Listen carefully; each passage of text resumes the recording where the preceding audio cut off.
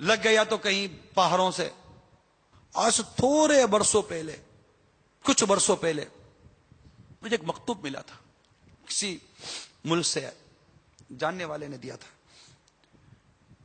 کہ وہاں بہت تیز رفتار ڈرائیونگ ہوتی تھی. بعض ملک میں ہوتے 200 220 کی سپیڈ کے اوپر نارملی ہائی وے کے اوپر گاڑیاں دوڑ رہی ہوتی ہیں. تو وہاں جب حادثہ ہوتا ہے تو پھر بچنے کی صورت بہت کم ہوتی ہے.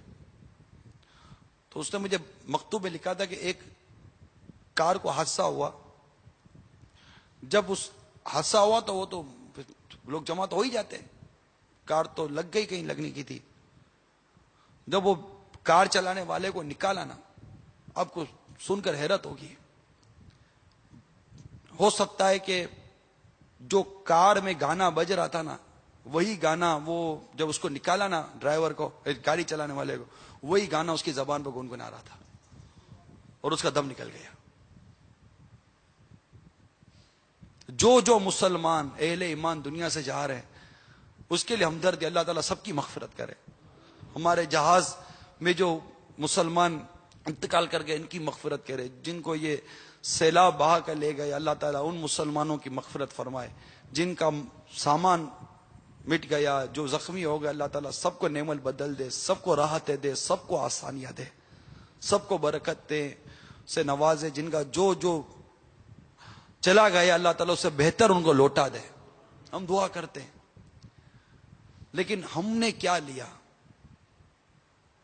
یہ ساری کے سارے بتا رہی ہے کہ یہ موت کس قدر منڈلا رہی ہے. یہ دیکھیے کس قدر موت منڈلا رہی ہے. چند ہی برسوں کے اندر ہمارے ملک میں ہزاروں جانیں ناگہانی اموات آئی ہیں، ناگہانی آفتوں سے گئی ہیں. ہزاروں جانیں ہمارے ملک. ایک تو اسپتال میں دم توڑ رہے ان کی تو لسٹ ہی نہیں ہے، جو بیماری میں دم توڑ رہے ان کی تو کوئی لسٹ ہی نہیں ہے. ناگہانی اموات یہ ہزاروں کی تعداد میں ہمارے ملک کے. ہم صرف یہ تھوڑی سوچا، ہمیں عبرت لینی ہے. دنیا بھر میں نہ جانے کتنی اموات ہو رہی ہیں. جنگیں، زلزلے، سیلاب، طوفان، یہ سب کچھ ہمیں ڈرا رہے ہیں. لیکن حقیقت یہ ہے کہ ایسا لگتا ہے کہ محاورہ ہے، شعر کو مصرے میں کہا گیا ہے، ہم نہ سدھرے ہیں نہ سدھریں گے قسم کھائی ہے. یہ سب بالکل انداز ہے. کتنی اسلامی بہنوں نے پردہ کر لیا، بتاؤ کیا تم بے پردہ مرو گی؟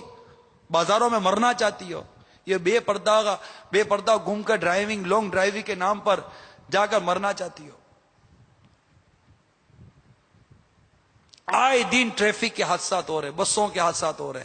یہ پکنک کے جو کالج اور یونیورسٹی کے جو اسٹوڈنٹ اور یہ لڑکا لڑکی مل کر جو پکنک بنانے کے لیے جاتے ہیں، ایک ہی بس کے اندر اور ایک ہی جگہ کے اندر جاتے ہیں، ہٹ لیتے ہیں. کیا اس طرح یہ موت مرنا ہے؟ کیا یہ بسیں نہیں حادثے کی شکار نہیں ہوتی؟ کیا اس طرح موتیں نہیں آ رہی ہیں؟ کیا یہ موت چاہیے؟ کوئی بھی نہیں، کوئی مسلمان اس موت کو پسند نہیں کرتا. میں بھی کہتا ہوں نہیں کرتا پسند. تو آخر تبدیل کیوں نہیں ہوتے یار؟ آخر بدلنے کا نام ہم کیوں نہیں لے رہے؟ کیا اب بھی ایک علاقے سے دوسرے علاقے میں جو بارات کی بسیں جاتی ہیں، کیا کرتے بسوں کے اندر؟ لڑکیاں بھی ناچ رہی ہوتی ہیں، لڑکے بھی ناچ رہے ہوتے، ڈھول بج رہے ہوتے. بتائیے، سچ سچ بتائیے، کیا یہ بس اس وقت ہاتھوں ہاتھ کھائی میں نہیں گر سکتی؟ کیا حادثہ نہیں ہو سکتا؟ کیا گانے باجے بے پردگی، یہ ناچتے گاتے کودتے اور بے پردگیاں کرتے اور لڑکے لڑکیاں آپس میں یوں مطلب خلط ملت ہوتے، کیا یہ مرنا چاہتے ہیں یار ہم؟ یہ ساری موتیں، یہ ساری اموات ہمیں جھنجھوڑ رہی ہیں. جاگو. مگر مسئلہ یہ ہے کہ سوئے ہوئے کو جگانا آسان ہے کہ اٹھ جا، جاگے ہوئے کو جگانا بڑا مشکل ہے. یہ جاگی ہوئی قوم کو میں کیسے جگاؤں؟ یہ جاگتے ہی نہیں ہے، بیدار ہی نہیں ہو رہے، ہل ہی نہیں رہے. وہی ہوٹلیں آباد ہیں اور اس میں موسیقیاں چل رہی ہیں، وہی تفریح گاہیں آباد ہیں، وہاں بے پردگیاں ہو رہی ہیں، وہی سنیما گھر آباد ہیں. یہ بھی نہیں ڈر لگتا کہ اتنی بربادیاں ہو رہی ہیں، اتنی مطلب کہ طوفان آ رہے ہیں، ایسی چھتیں گر رہی ہیں. میں اس سنیما گھر کے اندر بیٹھا ہوں، فلم دیکھ رہا ہوں، چھت گر گئی تو کیا میں فلم دیکھتے دیکھتے کیا اب میری لاش سنیما گھر سے نکالی جائے گی؟ ارے میں تو چاہتا ہوں کہ جب میرا جنازہ اٹھے تو مدینے کی پاکیزہ ہوا ہو، مٹی نہ ہو برباد پسے مرگ الہی، جب خاک اڑے میری مدینے کی ہوا ہو۔ ایمان پہ دے موت مدینے کی گلی میں، مدفن میرا محبوب کے قدموں میں بنا دے۔ اپنے آپ کو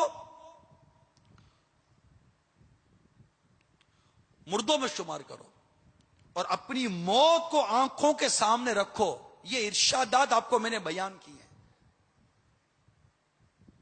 کیونکہ اس میں اصلاح ہے، اصلاح کہ میں مر جاؤں گا، قبر میں جاؤں گا اور پتہ نہیں خبر بھی ہے یا نہیں ہے۔ تو کیا یہ سارے باتیں یہ واقعات ہو رہے ہیں، مگر میں نے کہا نا کہ وہ اسی چوٹ کی مجھے اس فون پر اسلامی بھائی نے اسی چوٹ کی کہ یار آپ کیا مطلب کہ یہ ایسی باتیں کرو، نہیں محسوس ہو رہا۔